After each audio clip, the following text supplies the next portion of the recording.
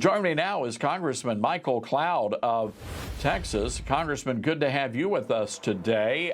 What's your take on this decision to move the ceremony inside? Well, you know, like anyone else who was looking forward to being there, watching the president be sworn in, there's certainly a part of you that's disappointed, wanting to be there. I know so many people are looking forward to this day. We've been working for this day for so long to see President Trump back in the Oval Office, but certainly understand the concerns and appreciate his heart to care about the people. And the people care about President Trump and making sure, as you mentioned, some security threats or whatever, that he be safe. The important thing is that he make it to the Oval Office. That's really what the day's about. And so I know a lot of people, like you said, will be watching Newsmax or anywhere else that can get a TV going, or some in the arena, but the important thing is that he's being sworn in and that this will be a new day for America. Yeah, Congressman, I know you'll appreciate this. Someone on our Newsmax YouTube live stream just said they're going to be holding that big inauguration party at home drinking margaritas, and I suspect there's going to be a lot of margarita drinking around the country. A lot of celebration going on.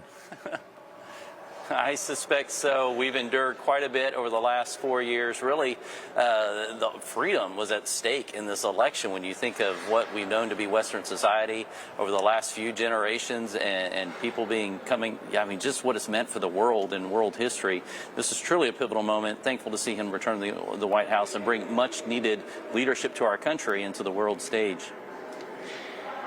You know, Congressman, we talk about one of the big safety concerns. There are so many people, bad actors, we believe terrorists that have been able to cross our border, invade our country.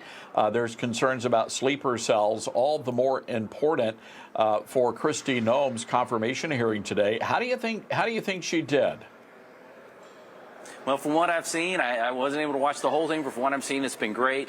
This, for sure, is going to be the case. She will be a huge step up over the current person holding that office who's been impeached because of poor performance, and rightfully so, for doing everything Mayorkas could to not secure the border. It wasn't that it was just negligent. He was actively working to undermine the law and to make sure that the border stayed open. And as you mentioned, for all the criminal activity, for foreign terrorists to come across into our country, into our communities, it was despotic. It was horrific. People's lives, their families have been destroyed because of it. Thankfully, again, we'll have good leadership in the White House. Kristi Noem taking the helm there. We'll do a good job working with Tom Homan to clean up what has come into our country and to make sure that we get our communities free and clear of the criminal cartels that are now embedded into our communities. And so a lot of work to happen in the road ahead, but excited to see that this weekend's going to happen and that we'll be able to have a chance to indeed save America. Yeah, Congressman, I want to go back to that hearing. Here's a little bit of what Kristi Noem had to say earlier today.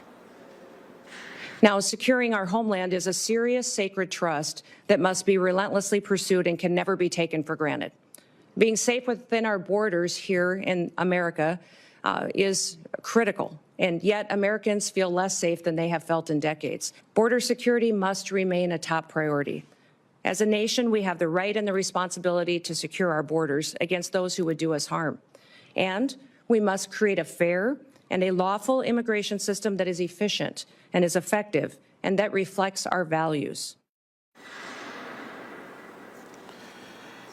And, you know, Congressman, your district there in southern Texas, I think this has to have been a very big issue for your constituents down there. Very much so. Border.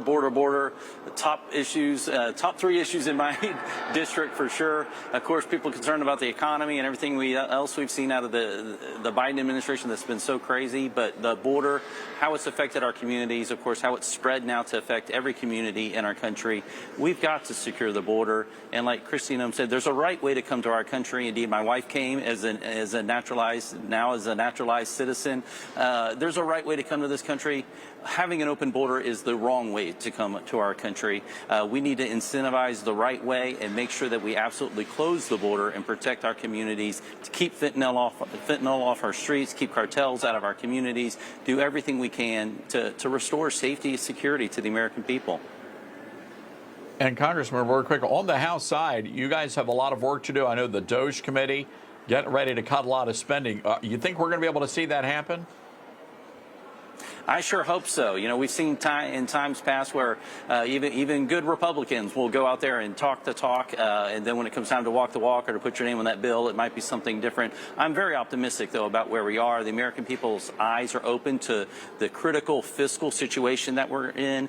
Even in Congress, we're seeing more of a willingness to, okay, we're going to have to do the hard stuff to make sure that we put this country on the financial footing we need to head to. We cannot continue to spend, and no matter how much revenue we're able to create through all the different opportunities that are out there, many of the proposals President Trump has proposed, and I'm sure will work to implement. We've got to rein in the spending. Every time we've increased revenue so far in our federal government, we continue to spend even more. That's got to stop. DOGE is going to be a huge part of it, and a big part of DOGE too is the simple fact that even if the fiscal balance sheets supposedly weren't so bad, the federal government's still too big, and has become quite a burden on the American people instead of being a service for them. And so we've got to rein in, just for the sake of reining in the federal bureaucracy. We've got to do everything we can to implement the DOGE principles into what's going on here in the very short term. We've got to do this quick. All right, Congressman, and we got to leave it there. We thank you for coming on Newsmax tonight.